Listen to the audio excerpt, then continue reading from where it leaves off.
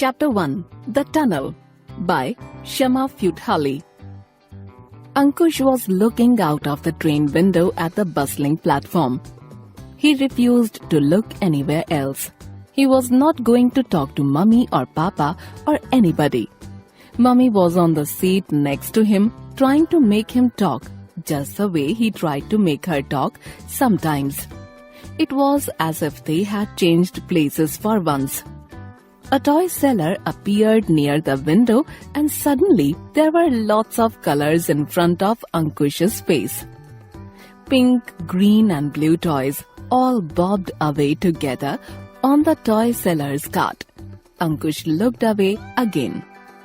"What about a cricket set?" said Papa anxiously. "You can play with it after you get there.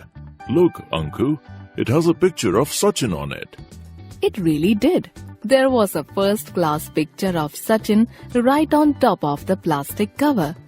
It was a huge set, the sort of thing that Mummy and Papa might give him on his birthday. Ankush shook his head, but the toy seller quickly took down the set and fortunately Papa bought it.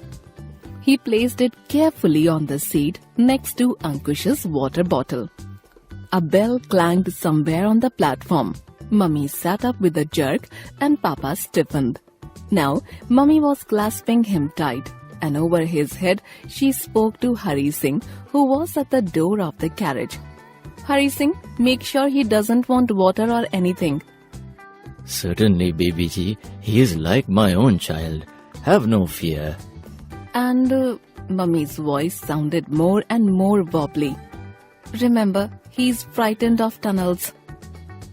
Shoo! There was a piercing whistle. Now, Mummy and Papa were both looking at him as if they were waiting to be punished. One after the other, they gave him a tight, long hug. He wanted to turn his face away and show them how angry he was, but instead he found himself waving bravely. Now the train began to move very slowly. Suddenly, a huge pillar hid them from sight and they were gone. They were gone and that was it. Now, there was only Hari Singh. "Baba," he said. Don't worry about anything.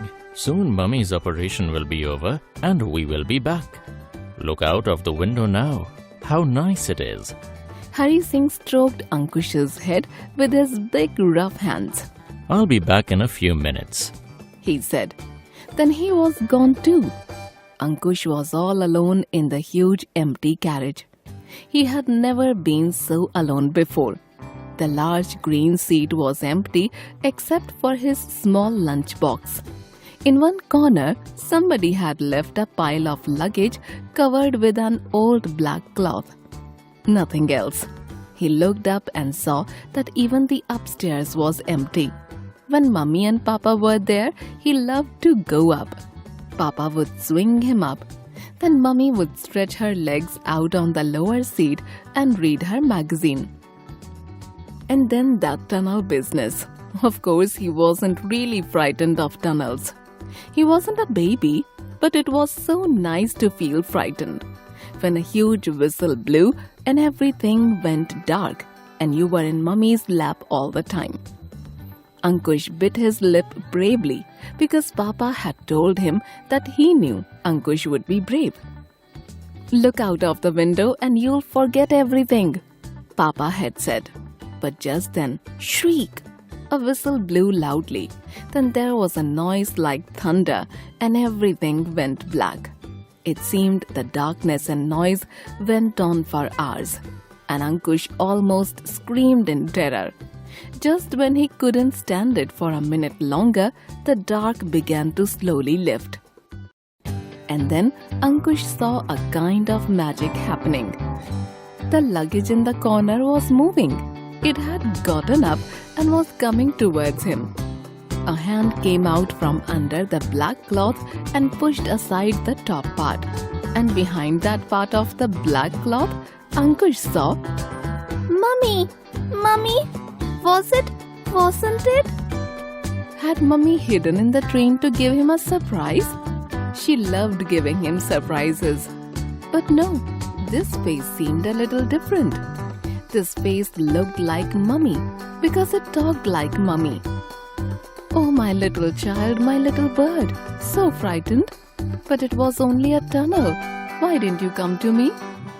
A hand came out again and undid the whole cloth, and from underneath came out a complete auntie, rather plump, wearing a salwar kameez and a very long dupatta around her head. She looked like Mummy did when she put her sari over her head in the sun. The auntie picked him up and sat down. He was on her lap. It felt nice, burying his face into the soft silky material. It felt like the times when Mummy went out and Masi came to stay with him. The new auntie was looking into his face and laughing.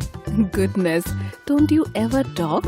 Or has Mummy told you to keep quiet all the way to Kolkata? Ankush began to giggle.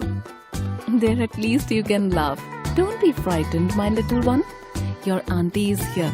Now, how about something nice to eat? She opened a plastic box and held up some delicious looking round things like gulab jamun. Ankush nodded his head vigorously. I also want those triangle things, he said. Somehow he didn't feel at all shy. No, I don't think you should have those. They are made of meat and your parents may not like it. You can have as many of these others as you want, but first you must clean your hands. Ankush knew exactly what she was going to do. She was going to take out a little towel and pour some water on it, and she would wipe his face and hands. The auntie spread a napkin on his lap and gave him a little thali full of the round things. They were very, very good. While eating, Ankush looked at the auntie with a shy smile. I thought you were luggage He said. What? because you were covered with that cloth. The auntie laughed till the tears ran down her cheeks. You little rascal! How dare you! Ankush began to jump up and down, and he always did when had been up to some mischief. You are luggage, that's what you are. No, I am not. I'm your Saida auntie. That's what I am. Luggage. Shouted Ankush, leaping into her lap. He tugged at her black covering. That's what you cover your luggage with. Maybe, but it's also what I cover myself with. It's called a burqa. Just then, Hari Singh came hurrying into the compartment. He looked at the two of them, a little puzzled, and said, Baba, I almost forgot. Were you frightened when we went through the tunnel? Sitting up in Saida auntie's lap, Ankush looked at Hari Singh straight in the eye. Frightened? Who? Me? Of course not, he said. Adapted.